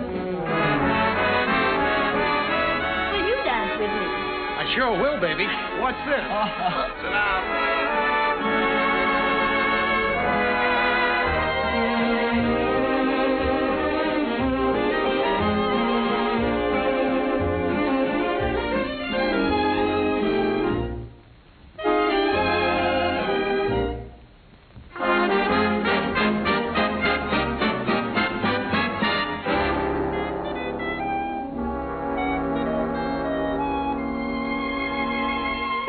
What you're losing by constantly refusing to dance with me. You'd be the idol of France with me, and yet you stand there and shake your foolish head dramatically while I wait here so ecstatically.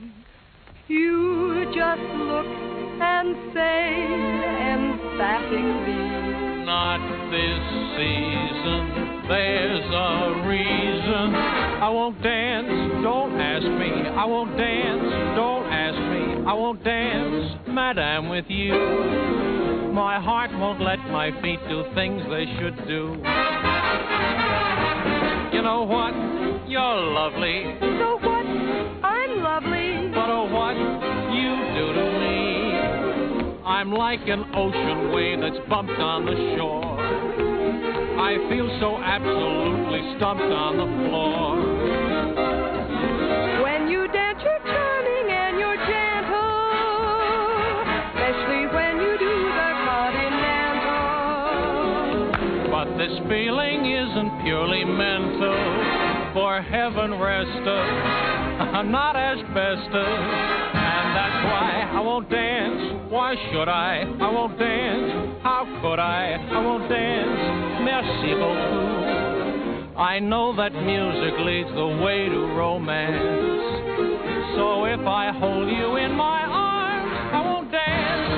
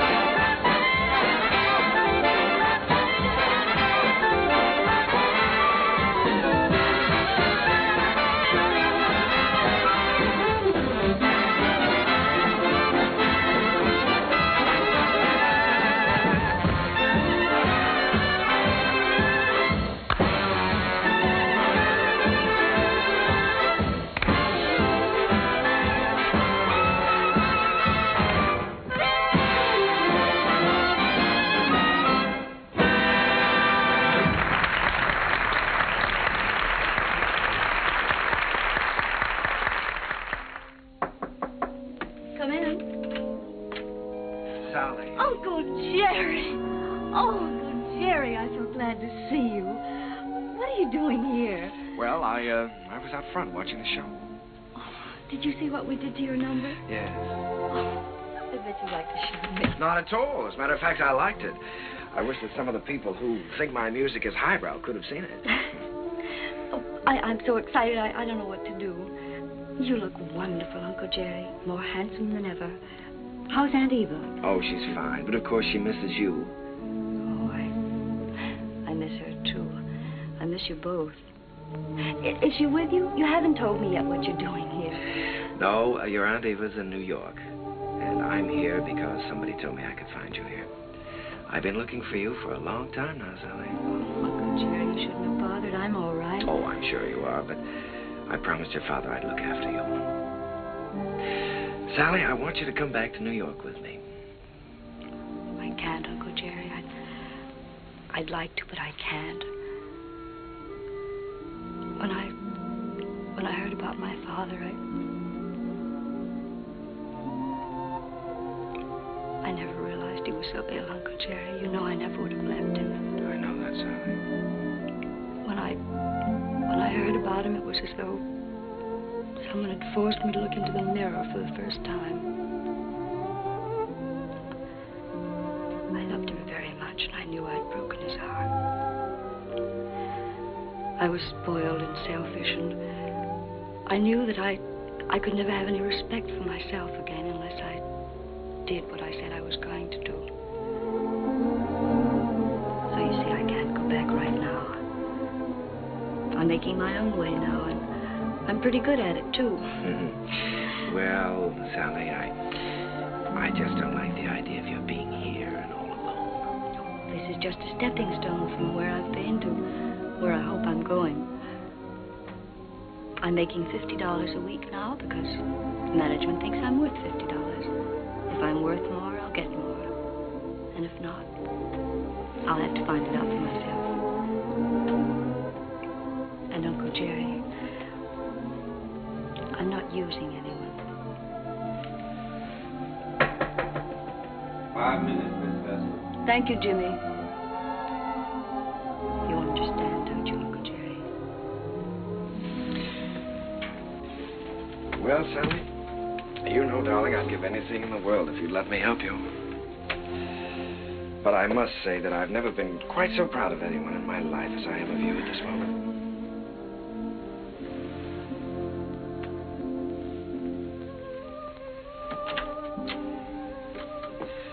Good luck, darling.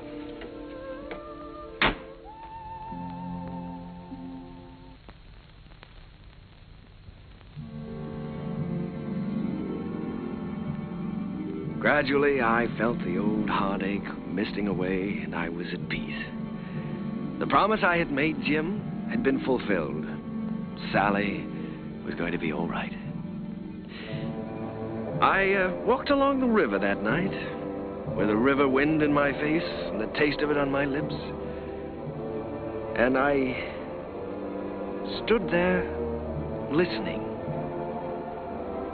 A sudden excitement thrilling through me, listening to the song of a river that makes its way right through the heart of America. And the voice of that river was the laughter, the tears, the joys, the sorrows, and the hopes of all America's people.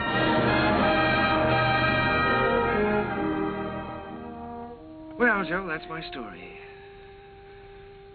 It's too bad Mr. Hessler couldn't have been there tonight, Mr. Kern. Oh, he was there, Joe. He'll always be a part of any music I ever write. Whatever happened to Miss Sally? Well, I don't know exactly. She's on her own now. Maybe I'm just getting tired of something, but ever since Jim's been gone, I feel like everything is sort of ending for me. Maybe my music is ending too, Joe. Ending? After that show tonight? Hey, I gotta get you back to the Waldorf. You got some vows to take. No, sir, Mr. Kern. Your music ain't ending for you. In my opinion, it's just the beginning.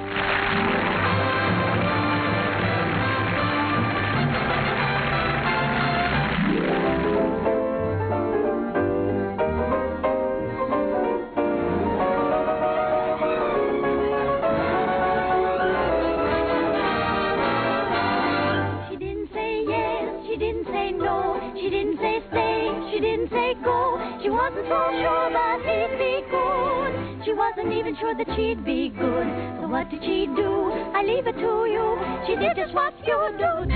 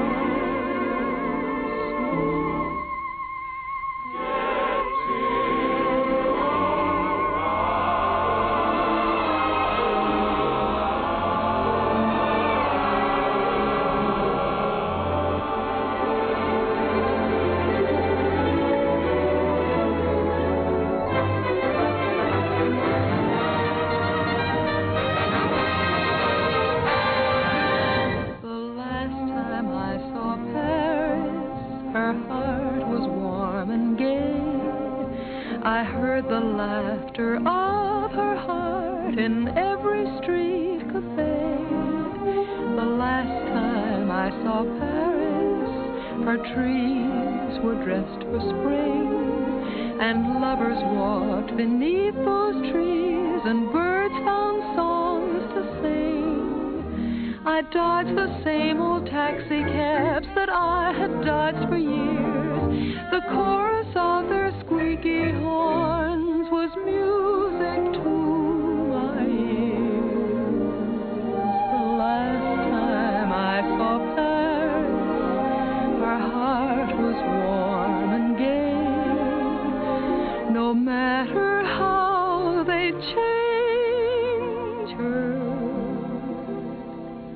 I'll remember her.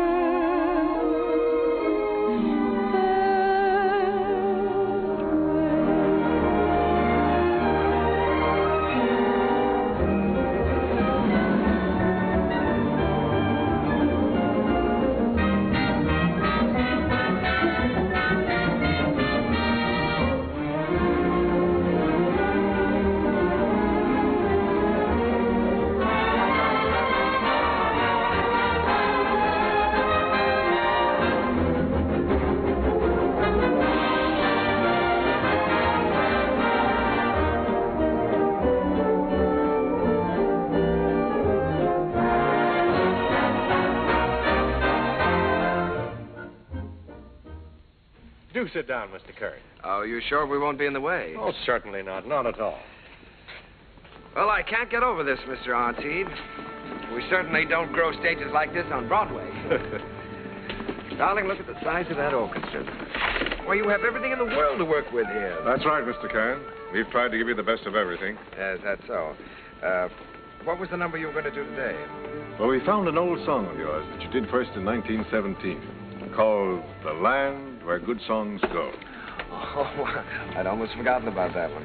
We're using it as a frame for some of your other songs. What star is going to sing this?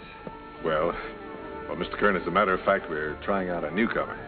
Oh, a newcomer. This girl did a test for us in New York, and it impressed us, so we flew her out here. She hasn't done much yet, but we have great hopes for her. Quiet! All right, girls. We're ready.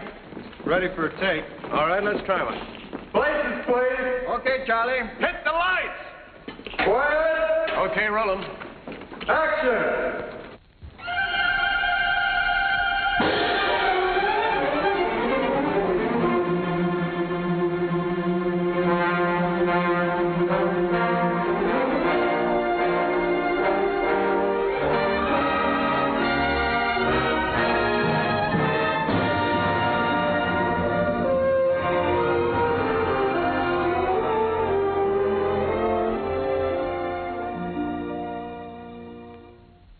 a land of flowers and April showers with sunshine in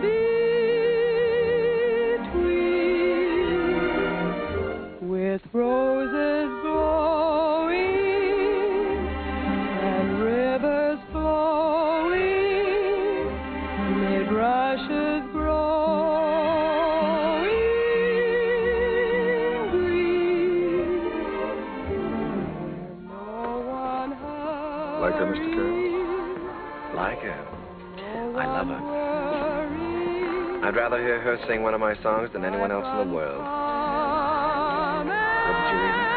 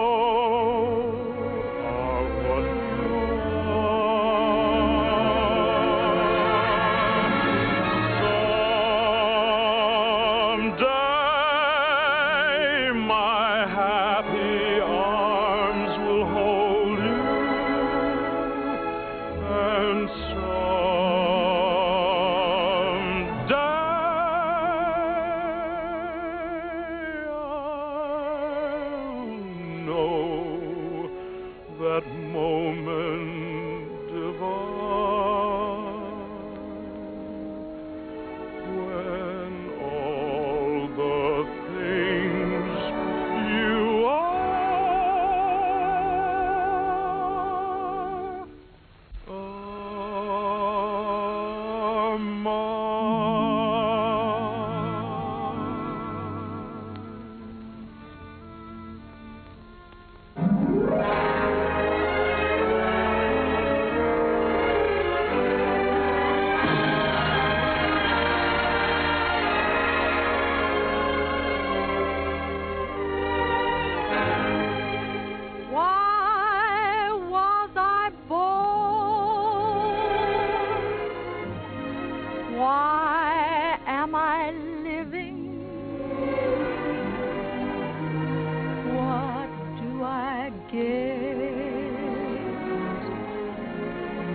what am I giving? Why do I want the things I dare not hope for? What can I hope for? I wish I knew.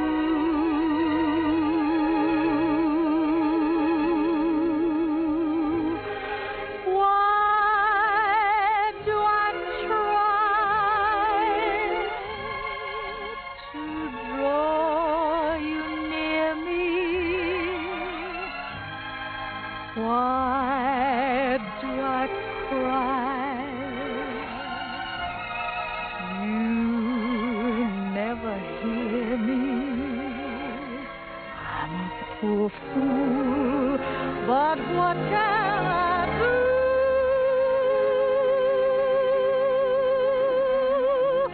Why was I born to love?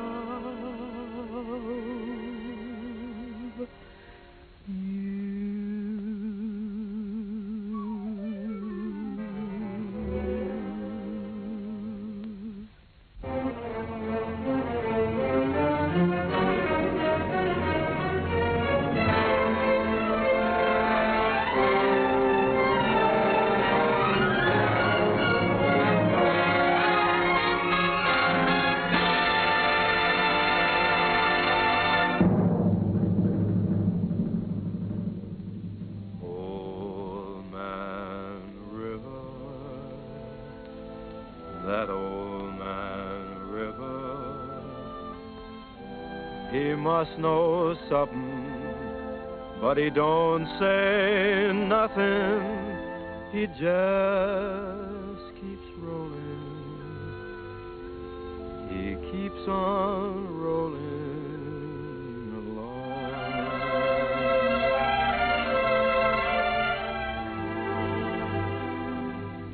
He don't plant taters, and he don't plant cotton, and them what plants 'em is soon forgotten. But old man River just keeps rolling along.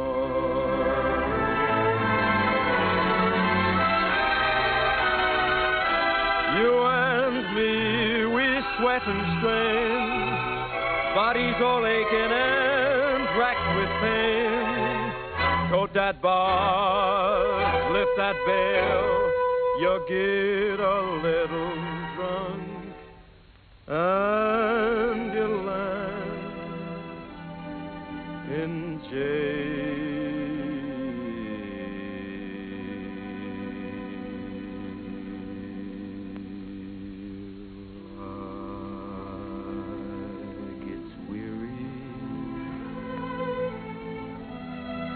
So sick of trying, I'm tired of living, but I'm feeling